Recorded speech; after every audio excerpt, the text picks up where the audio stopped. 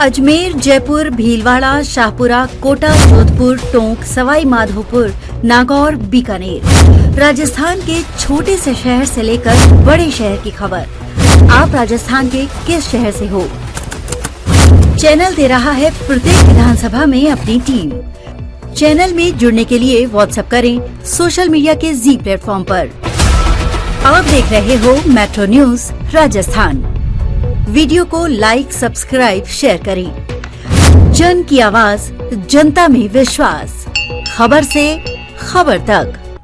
राजस्थान की राजनीति में अभी वसुंधरा राजे का युग खत्म नहीं हुआ। राजस्थान की राजनीति में वसुंधरा राजे का युग खत्म नहीं हुआ है, बल्कि वे किसी नई करवट की प्रतीक्षा कर रहा है। भाजपा की 2 बार मुख्यमंत्री रही वसुंधरा राजे अब संगठन के हाशिए पर है, लेकिन सवाल यही है कब तक। 2023 के विधानसभा चुनाव में वसुंधरा खेमा पूरी उम्मीद में था कि पार्टी आला कमान उन्हें एक बार फिर प्रदेश की कमान सौंपेगा। जमीनी पकड़, महिला वोट बैंक पर प्रभाव और राजपूताना आभा, राज्य के पास वो सब कुछ था जो उन्हें तीसरी बार मुख्यमंत्री बना सकता था। मगर दिल्ली की गूंज कुछ और निकली। नाम आया भजन लाल शर्मा का। ये सिर्फ एक नाम नहीं था, बल्कि संकेत था। वसुंधरा समर्थकों को झटका लगा और राज्य खुद भी ठगी सी रह गई। लेकिन जो नेता दशकों से सत्ता के गलियारों में रही हो, वो इतनी आसानी से पीछे हट जाए, ये सोचना भी राजनीतिक नासमझी होगी। वसुंधरा की चुप्पी, रणनीतिक खामोशी। बीते महीनों में उनका बीजेपी मुख्यालय पहुंचना, मंदिरों में दर्शन देना, सोशल मीडिया पर भावनात्मक संदेश पोस्ट करना, ये सब इशारे हैं कि वसुंधरा राजनीति से संन्यास लेने नहीं जा रही, बल्कि माहौल को तोल रही हैं। सवाल ये है, क्या वे सरकार गिरा सकती हैं?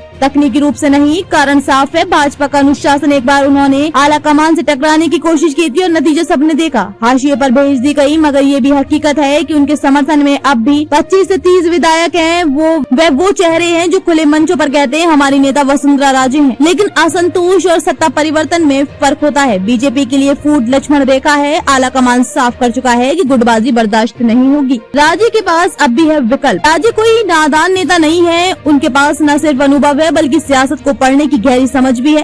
वे सरकार गिराने जैसी मुहिम से परहेज कर सकती हैं, लेकिन अगर उन्हें नजरअंदाज किया गया तो परीक्षा तौर पर सत्ता की नींव हिला सकती हैं। अफसरशाही की मनमानी, विधायकों की नाराजगी, जन असंतोष, ये सब ऐसे हथियार हैं जो किसी सरकार को भीतर से खोखला कर सकते हैं और वसुंधरा ये बखूबी जानती हैं। गहलोत से उनके मधुर संबंधों की चर्चा भी कम दिलचस्प नहीं। पिछली बार जब गहलोत सरकार संकट में थी, तब पर्दे के पीछे वसुंधरा ने जो भूमिका निभाई, वे आज भी सियासी गलियारों में रहस्य बनी हुई है। आखिरी सवाल, अब आगे क्या? राज्य के लिए अब समय है खुलकर अपने इरादे जताने का। अगर पार्टी उन्हें सम्मानजनक भूमिका नहीं देती तो वे दिल्ली तक ये संदेश भेज सकती हैं कि या तो मुझे केंद्र में जिम्मेदारी दी जाए या मैं चुप नहीं रहूंगी। उपराष्ट्रपति जैसे पद की ओर उनका झुकाव हो सकता है, लेकिन ये भी स्पष्ट है कि वे राज्यपाल जैसे प्रतीकात्मक पदों से संतुष्ट नहीं होने वाली। वे सत्ता की भूखी नहीं है, लेकिन अपमान को भी निगल नहीं सकती। यही उनका द्वंद्व है और यही उन्हें फिर से सियासत की धुरी बना सकता है। निष्कर्ष, राज्य की राजनीति खत्म नहीं हुई है। राजस्थान की सियासत में वसुंधरा राजे आज भी प्रासंगिक हैं। सरकार गिराना उनके लिए अंतिम विकल्प हो सकता है, लेकिन ये मान लेना कि वे अब कुछ नहीं करेंगी, राजनीति को न समझने जैसा होगा।